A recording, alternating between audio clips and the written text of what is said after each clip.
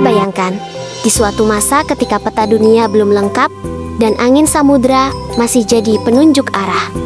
Dari tanah tropis yang subur di ujung timur Asia, berdiri sebuah kerajaan yang tak banyak dikenal dunia barat, membawa lambang harmoni, bahasa perdagangan, dan tanda-tanda langit yang terukir di batu. Hingga pada akhirnya, mengirim jejaknya hingga ke pegunungan Alpen, jantung benua Eropa.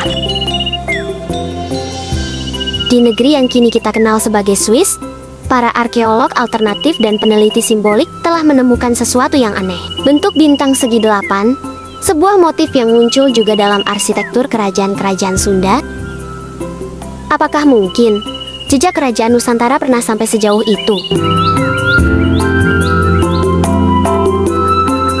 Di tengah abad ke-16, saat ombak perubahan mulai menggulung Pulau Jawa, pengaruh kerajaan-kerajaan Islam seperti Demak dan Cirebon tumbuh pesat, menekan kerajaan-kerajaan Hindu-Buddha yang telah lama berdiri.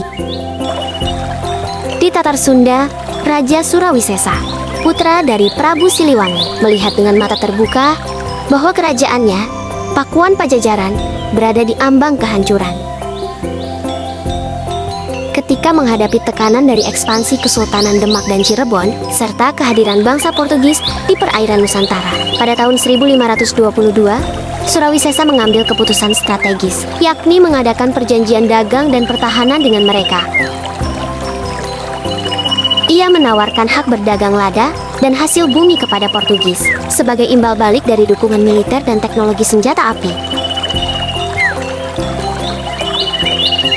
Tujuan Surawisesa adalah menjaga Pajajaran tetap berdiri sebagai kerajaan yang bebas, netral, dan damai.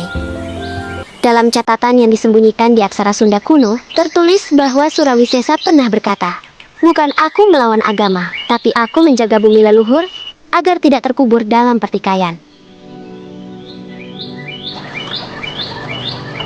Tapi ada satu kisah yang tak tercatat resmi dalam sejarah, tentang perjalanannya menjelajah ke barat, bukan untuk perang, tapi untuk berdiplomasi. Beberapa teori menyebutkan bahwa Surawisesa atau utusannya melanjutkan pelayaran lebih jauh, menuju barat, menembus Samudra Hindia, melintasi Tanjung Harapan, dan menyentuh pelabuhan-pelabuhan Mediterania. Terdapat beberapa manuskrip pelaut Portugis dan Venesia menyebut seorang pemimpin dari timur yang datang membawa rempah, naskah, dan pandangan hidup spiritual. Sosok ini digambarkan bukan sebagai pedagang biasa, tapi sebagai raja atau wakil raja dari lautan timur yang menolak menaklukkan siapapun. Dalam catatan pelaut Venesia bernama Niccolo da Conti, disebut adanya raja dari Pulau Emas di timur yang membawa lambang naga dan bintang. Sementara pelaut Portugis, Tome Pers, mencatat pertemuan dengan penguasa dari Zabak atau Sunda yang memiliki armada megah dan pengetahuan astronomi. Di bagian Eropa Tengah, tepatnya di wilayah Swiss modern, ditemukan beberapa batu dan simbol geometris yang anehnya memiliki kemiripan mencolok dengan simbol Sunda kuno, seperti Pasinagaliman, lambang spiritual dari tanah Pajajaran, Chandra Sengkala, dan kujang berkepala naga. Dalam arsitektur tradisional Sunda, bintang segi delapan adalah representasi dari arah mata angin, keseimbangan kosmis, dan harmoni antara alam dan manusia. Motif ini dikenal dalam seni Chandra Sengkala, Kawu, dan ukiran kerajaan. Di Swiss, bentuk serupa ditemukan pada kaca patri gereja tua, puncak menara lonceng, bahkan dalam pola mozaik abad pertengahan.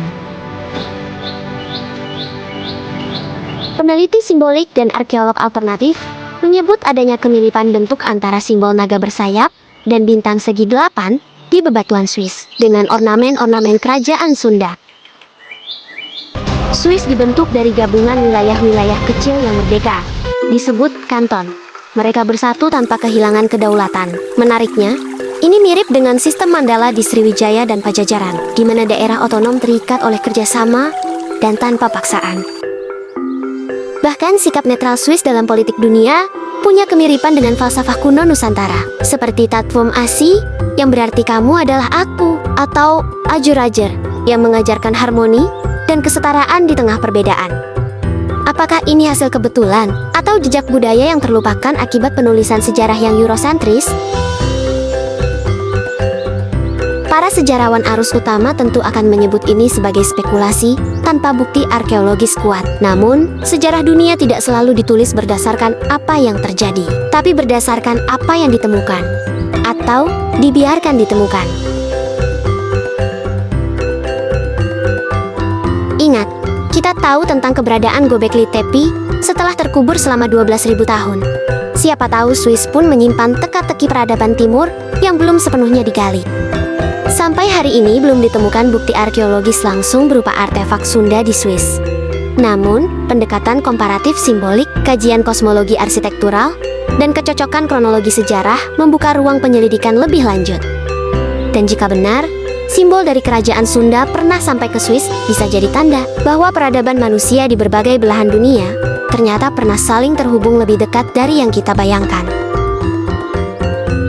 Dalam setiap ukiran batu dan legenda yang tertinggal, tersimpan peluang untuk memahami masa lalu dengan cara yang lebih luas dan mungkin lebih dalam.